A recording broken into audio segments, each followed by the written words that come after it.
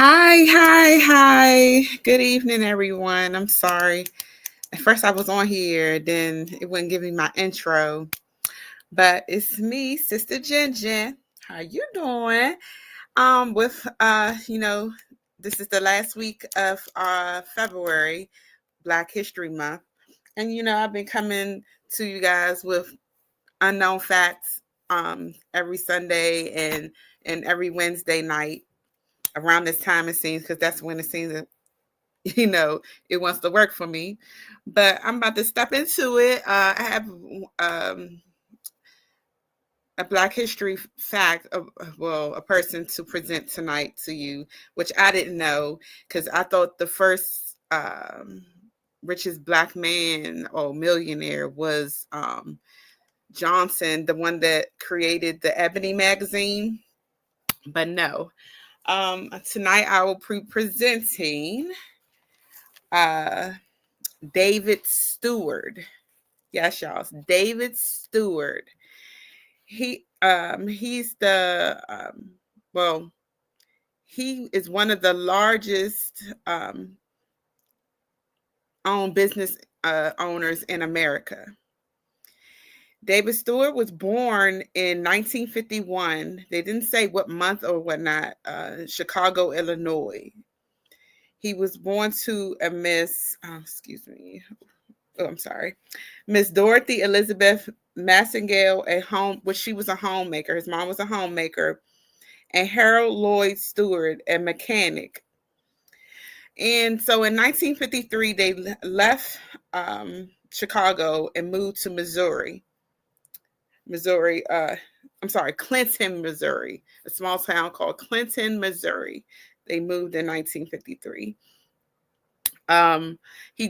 David grew up around the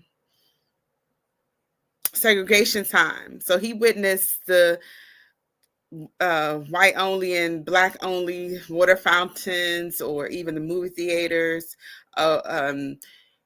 He just witnessed it all in Missouri because they had it there too. Around the time at that time was the civil rights movement. And even though that's not even the South, because Missouri is what, the Midwest, right, you guys? But let me more get into it. So he sat in, him in a small group sat in. They were I'm trying to read my notes without reading word for word, but he was a part of a small group of African Americans that they first integrated a swimming pool in the area in Clinton, Missouri. And then a few years later, Stewart received his bachelor's of science in business from Central Missouri State University, which was in 1973. Because before, like I said, I'm sorry, I missed the year. In 1967, when growing up, him as a teenager, him and a small group of kids or teenagers were the first ones to integrate the local community swimming pool in Clinton. And so he let me fast forward. In 1973, he got his bachelor's of science, bachelor's in business from Bachelor's of Science and Business in business from Central Missouri State University in 1973. But if you guys didn't hear me before, he's the most richest man, African American man, well, in the world, basically. Um, he created the worldwide technology. He created most of how we are on the internet or whatnot. Also, like telecommunication of that sort. His companies.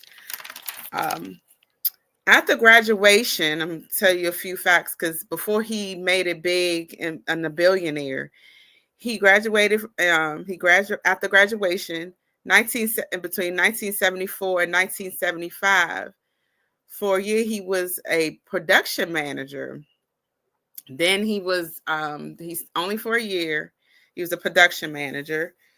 And then he was a sales rep for Missouri Pacific Railroad Company.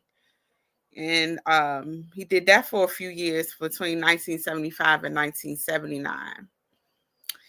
And he was a senior account executive for, guess what, y'all? Federal Express. And you know who Federal Express is?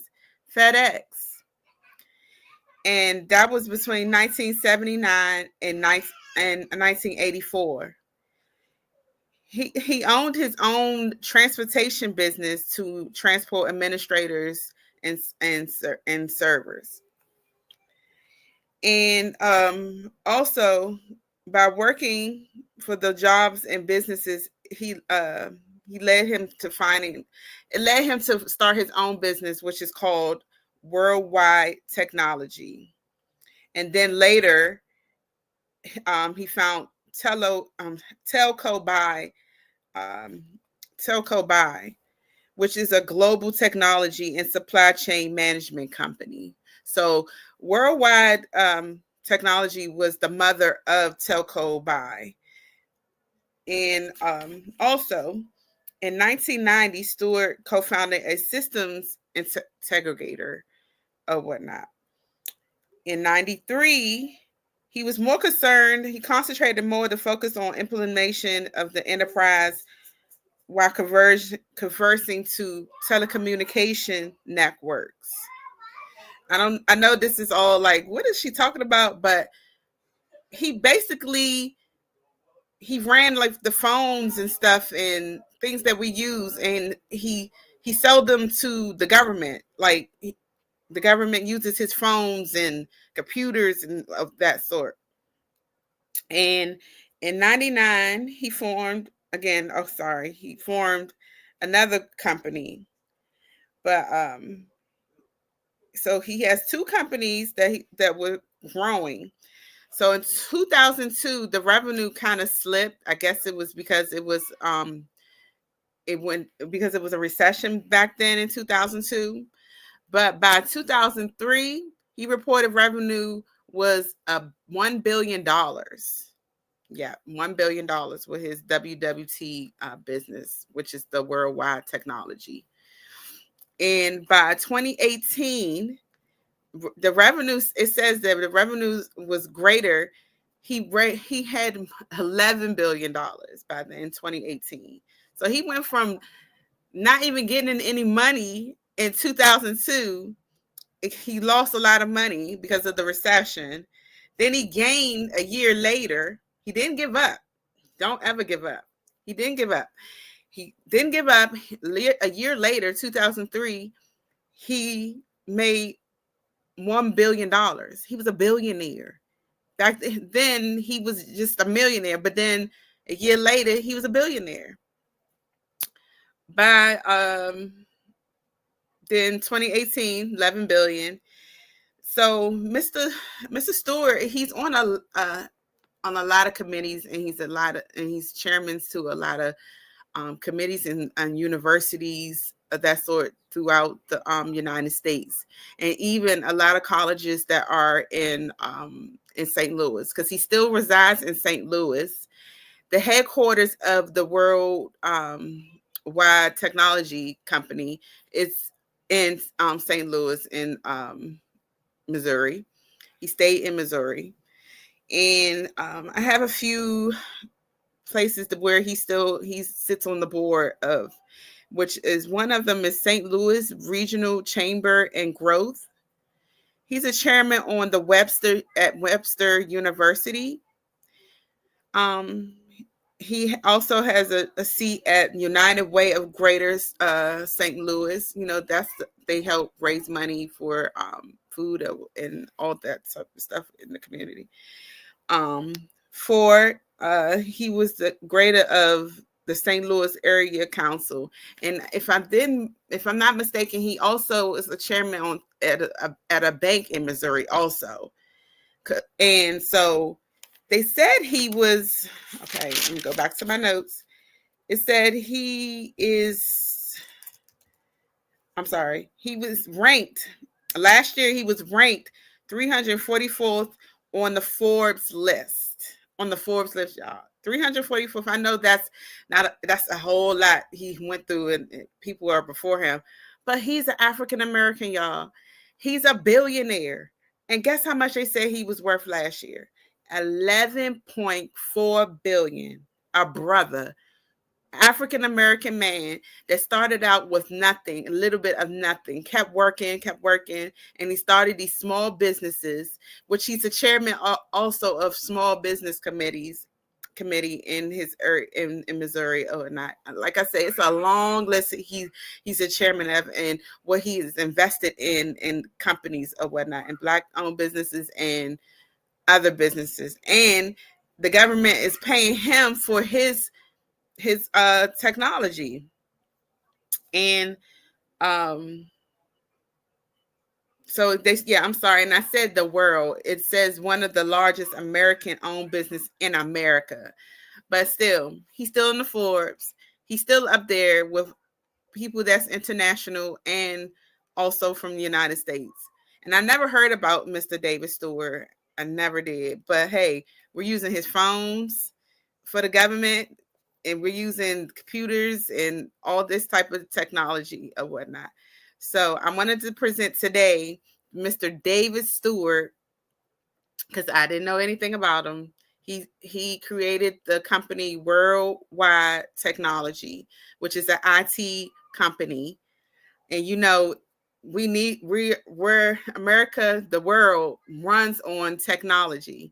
I remember being in school, and actually in my geometry class in 10th grade, Mr. Talib, he would not let us use, remember those big old calculators, the TI-83s or whatnot? And he said, no, you got to think with your mind, and you can't use calculators and this and that. But now, y'all, we use everything on our smartphones, calculators, and everything. So it's just like, like we didn't know how technology we depend on it, we rely on it. We didn't know that back then. But now this brother he's worth $11.4 billion because he knew that this was going to go somewhere. And now his stuff is in the government, used by the government and around the United States and possibly the world. But I didn't get too far in that. They didn't say the world, but who knows? But this is Sister Jenn, and I wanted to let y'all know about Mr. David Stewart, Mr. IT, and for the government. And he started a small business, and now he's a billionaire. And how you doing? And I hope I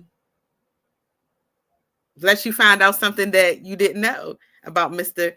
David Stewart, Mr. Billionaire. Not Mr. Johnson, but David Stewart, Mr. Billionaire. Love y'all. Good night. Mwah.